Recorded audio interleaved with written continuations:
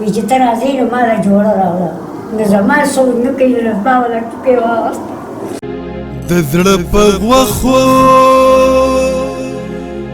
غوښو چې مې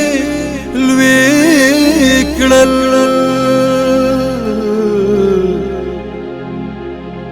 اوسې د ژوند ژوند یې کړی وله نو هغه لارې بند کړې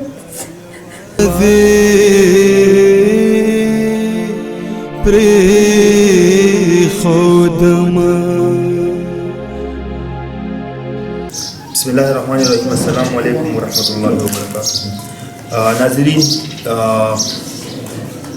آپ لوگوں کے لیے ٹرانسلیٹ میں آخر میں کرتا ہوں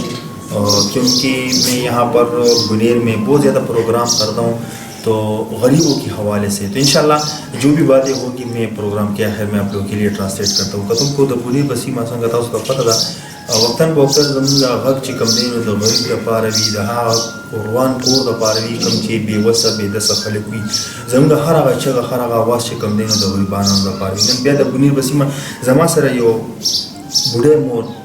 چې په غوږونو څه اورېدي هم مونه نه شي او ډېره زیاته ضعیف العمر ده څوک هم د الله نه علاوه بل څوک هم نشته دي نو د دې مورجان سره یو څو خبرې کوو چې تاسو د دې سره دا د بنیر په سیمه اوسېږي د کوم ځای سره پاتې کېږي د دې ځای نوم غاپور سره شاته دا د دې ځای نوم جنګدره ده ښه او دره د وجې د ګټې وټې څوک شته که نه هېڅوک نشته یو هلک دی دا په ملایکې ډاډ شوی دی یو څلوېښت کاله یې وشو نه ټلیفون کوي نه راځي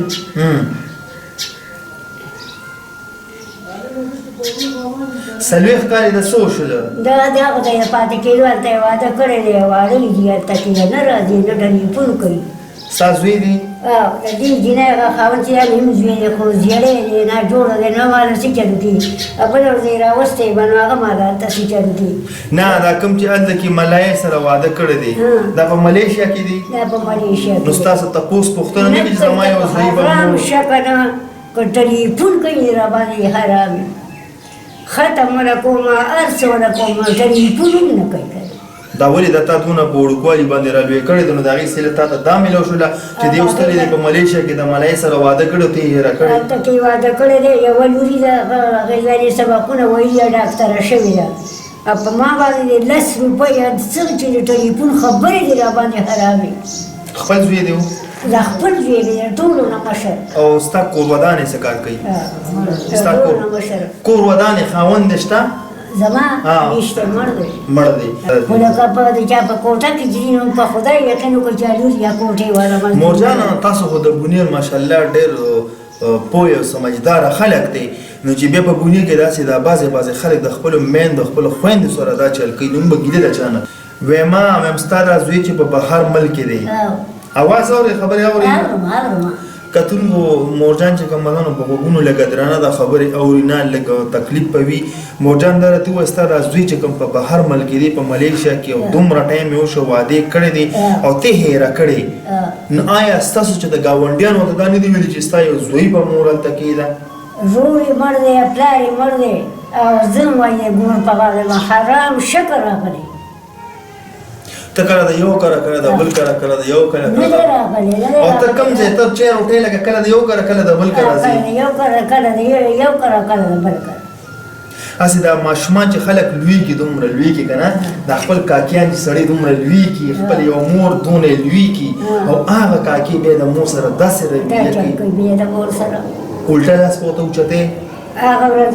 بل چا ته ویلي زما هغې مشر زوی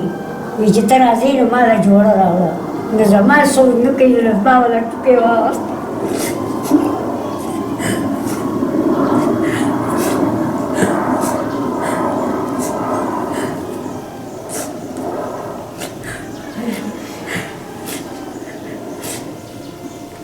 ژوند یې کړی وله نو هغه لارې بند کړې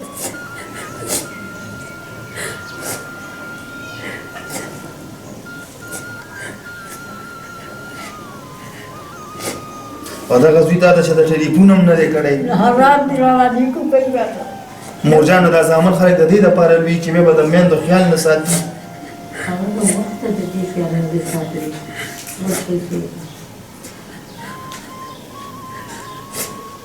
مور اړه دې ډک دی که نه زړه دې ښه ډک دی که نه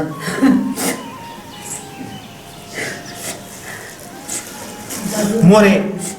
د بونیر چې کوم وګړی خلک دی او دا لوی لوی سرمایه‌دار خلک دی از وینه خو دې ونه شړله د دغې خلکو نه د الله نه د دې خلکو نه څه غوښتنه کوي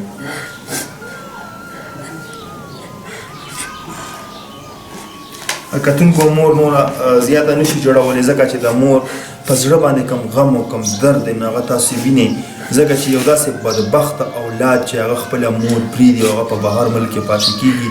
نه د خپل روندار خیال ساتل نه د خپل مور خیال ساتل نه د خپلو خویندو خیال ساتل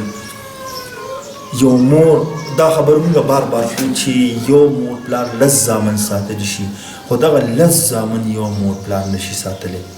نن یو ضعیف العمر مور یو بوډۍ مور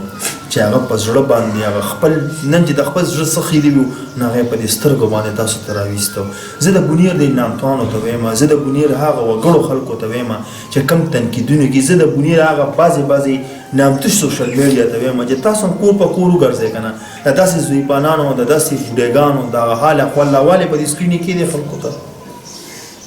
او دغه بدبخته ته زما ډېر خواست دی بدبخته چې ستا یوه مور چې د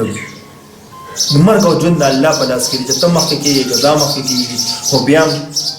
هغه شر ظاهر ګوري که نه چې مور د ګور په غاړه ده او ته د هغې نه دعا قدرې ته کې نشي اخیستلی نن د هغې دا سترګو کې دا دومره غټه سریکه دا صرف ستا دپاره چې تا دومره ظلم د یوې مور سره کړی دی دومره ناجایز د یوې خپلې مور سره کوي چې ته تلې او په ملاینې سره تا واده کړی دی دا خپله مور دقه شانتې در په در پرېښې ده ما خو د بونیر دا بعضې خلک ډېر زیات هوښیار دی خو نه په بونیر کې بعضې ډېر قمقلیان خو هم شته دی نو امید لرم چې د دې مور دا سترګه چې کومه ده دا کومه اوښکه چې کومه ده دا به تاسو خامخا پاکوئ د دوی چې کوم نمبر دی هغه زه تاسو ته په شیشه باندې ږدم تاسو د دې مورجان سره په خپله باندې رابطه وکړئ او دې د اوښکه پاکول ده تاسو یو زوی داسې را پیدا شي د بونیر چې هغه د دې د هسوانه وکړي خپل کور ته یې غواړي کښېني چې روټۍ پې وکړي زما خو دقه ده چې اواز یې اوچتول دی په دې سکرین باندې تاسو ته کېښودل ناظرین माँ रो रही है क्यों रो रही है इसका रोना इसकी आंखों में आंसू आना एक बेटा जो बहुत बदबख्त बेटा है उसने इनको छोड़ दिया है और वो